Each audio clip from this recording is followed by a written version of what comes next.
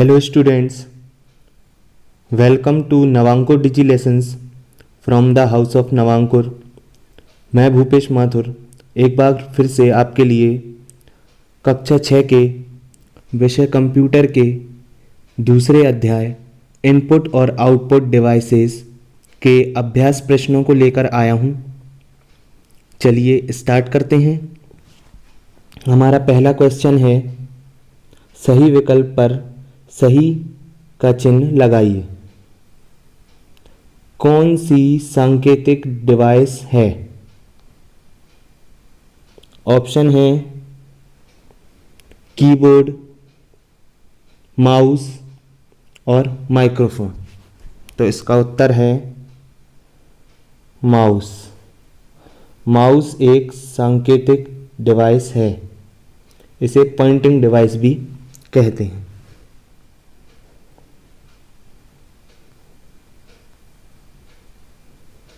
अगला है, रैम का अर्थ खाली स्थान है। तो रैम का अर्थ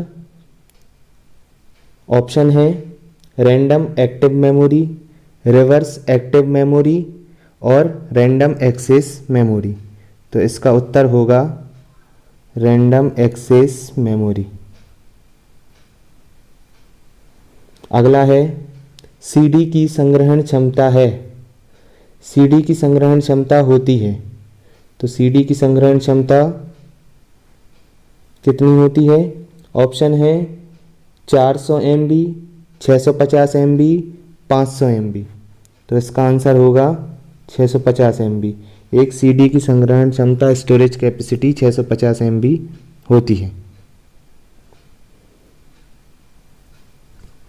अगला है, जावा एक खाली स्थान भाषा है। तो जावा एक हाई लेवल उच्च स्तरीय भाषा है। ऑप्शन है इसके उच्च स्तरीय, निम्न स्तरीय या इनमें से कोई नहीं। तो इसका आंसर होगा उच्च स्तरीय भाषा। अगला है, डिजिटल कैमरा एक खाली स्थान डिवाइस है।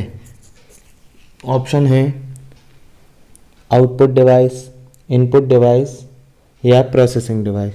तो इसका आंसर है इनपुट डिवाइस। डिजिटल कैमरा एक इनपुट डिवाइस है। आगे बढ़ते हैं। हमारा अगला क्वेश्चन है, रिक्त स्थान भरिए।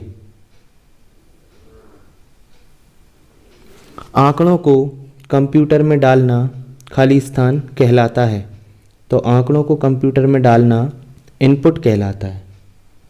दूसरा, प्राथमिक मेमोरी दो प्रकार की खाली स्थान एवं खाली स्थान होती है।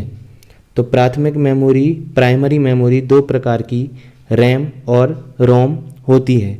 रैम का पूरा नाम रैंडम एक्सेस मेमोरी और रोम का पूरा नाम रीड ओनली मेमोरी होता है। तीसरा है, स्कैनिंग किसी दस्तावेज को खाली स्थान में डालने की एक प्रक्रिया है। स्कैनिंग, जो स्कैनर के द्वारा स्कैन किए जाते हैं डॉक्यूमेंट्स को, वो कंप्यूटर में डालने की एक प्रक्रिया है। स्कैनिंग के द्वारा किसी भी डॉक्यूमेंट को कंप्यूटर के अंदर इनपुट किया जाता है और स्कैनर एक इनपुट डिवाइस है। चौथा है, बार कोड रीडर एक ऐसी डिवाइस है जो डाटा को बार बार कोड पढ़ने के काम आती है। इसमें खाली स्थान था। खाली स्थान एक ऐसी डिवाइस है जो डाटा के बार बार पढ़ने के काम आती है। तो बारकोड रीडर एक ऐसी डिवाइस है जो डाटा के बार बार पढ़ने के काम आती है। बारकोड के बारे में हमने अध्याय में पढ़ा था। जो कॉपी किताबों पर पीछे लाइनें छपी हुई रहती हैं वह बारकोड कहलाता है। पांचवा है, सीपीयू के 3 भाग खाली स्थान एवं खाली स्थान हैं। तो सीपीयू के 3 भाग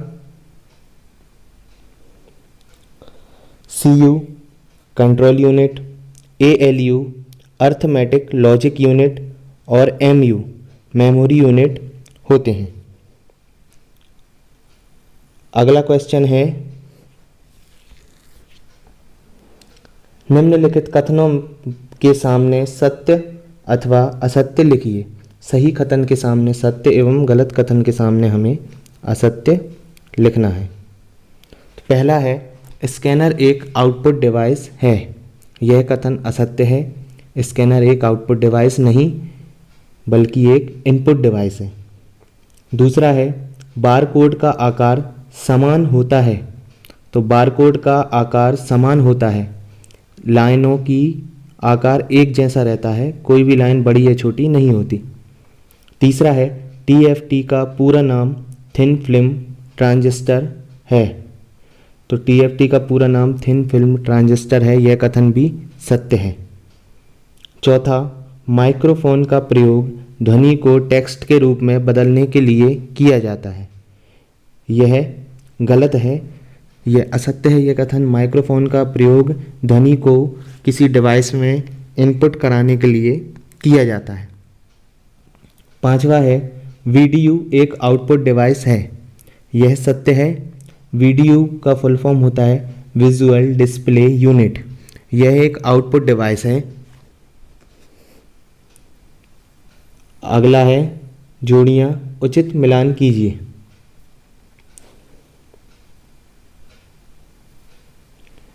तो इसमें जोड़ियां मिलानी हैं।